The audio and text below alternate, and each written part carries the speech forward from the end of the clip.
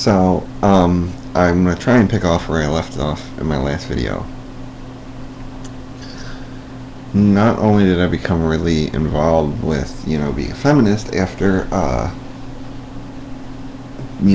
after living full-time especially, um, full-time as a woman, but I started working more with kind of like the local anarchist scene around here, which is, I live in Toledo, in case you don't know.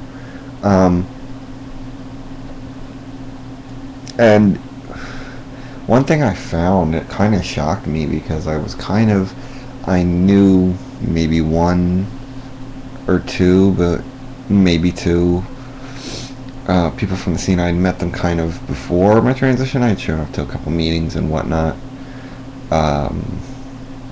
But I found I didn't really get along with them very well, or, it just didn't click, before, when I was, like, an ANCAP.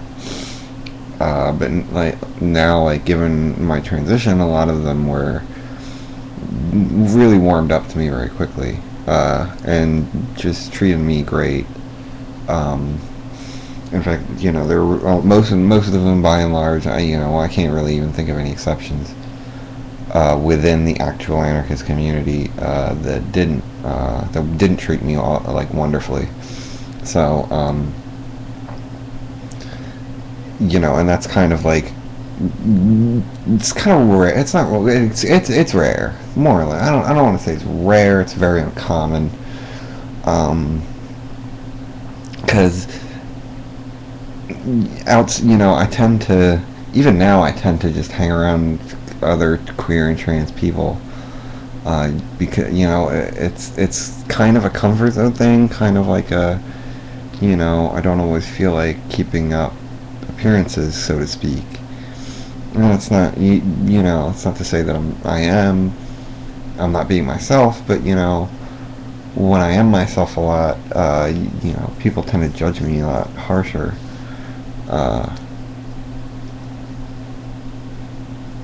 People put all kinds of attach all kinds of stigmas and whatnot, stereotypes to you, whereas, especially with really progressive trans people, they're not going to. Of course, that's a whole set of problems in and of itself, though. So, in becoming more involved with kind of the local community, I became much more involved with local actions and demonstrations, and found myself doing all kinds of things that I hadn't been involved with previously. One of the first things was it was kind of like a foreclosure defense. We squatted someone's house here in Toledo who their house was being foreclosed on, and I showed up to that and met a lot. I had met some of them before, some of the people that were there before, but like I really formed better bonds with some of them and really got to know some of them better, and so they got to know me better.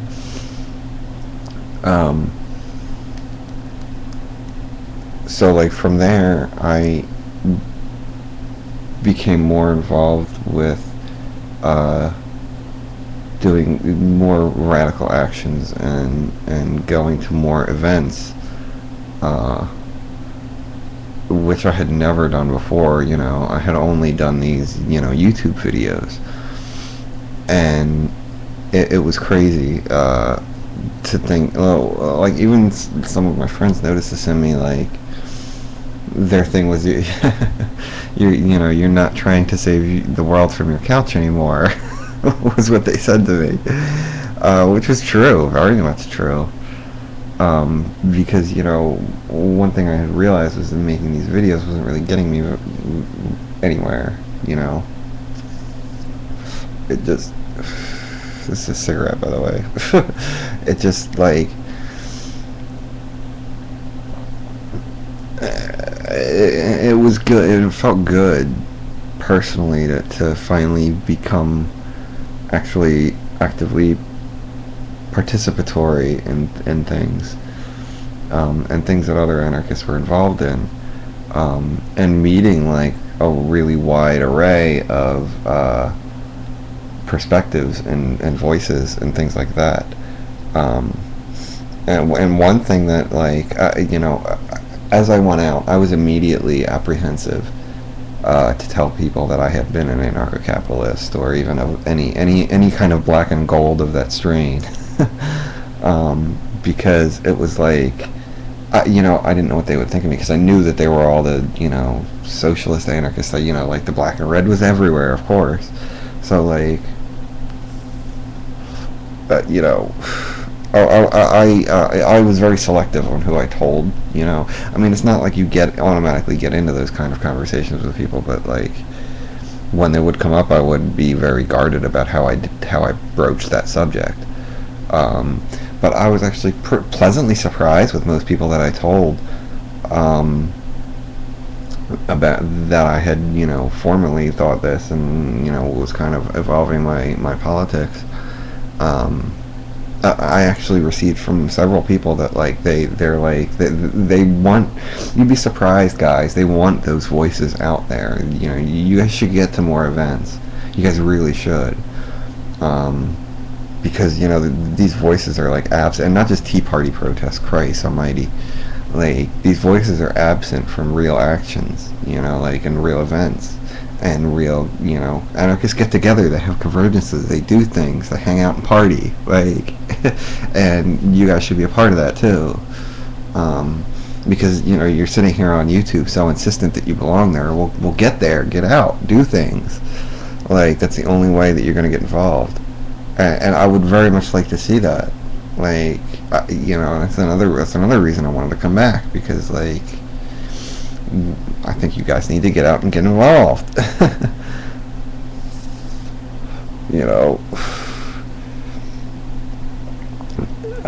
So I think that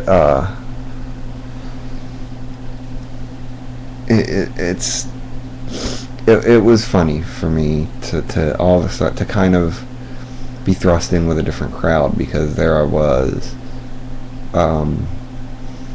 both being basically being grouped in with and heavily exposed to kind of the black and red contingent, whatever you want to call that, because it's not all anarcho-syndicalists, but yeah, it largely is. And at the same time, the radical queer contingent, whatever you want to call that, and I made 4 videos about my problems that I ran into there. It wasn't. It was crazy going to these places that and it was great that they were consensus based, but like, I firsthand witnessed the failure of consensus based decision making, even just in a very temporary, intentionally temporary community for like a short period of time. Just totally fell apart.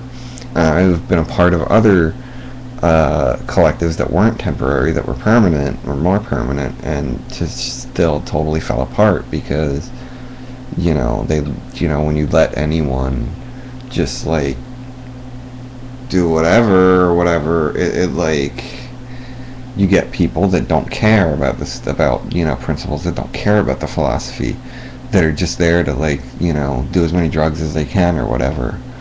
I mean, not that I love drugs, but like, when you encounter people that, like, that's their only MO or whatever, and they don't care about acceptance, they don't care about people that have difficulty getting along in larger society, and that to me is what a lot of it was about, and that to me is what drew me to really the more social aspects of it, was because my difficulty in, like, say, finding a job and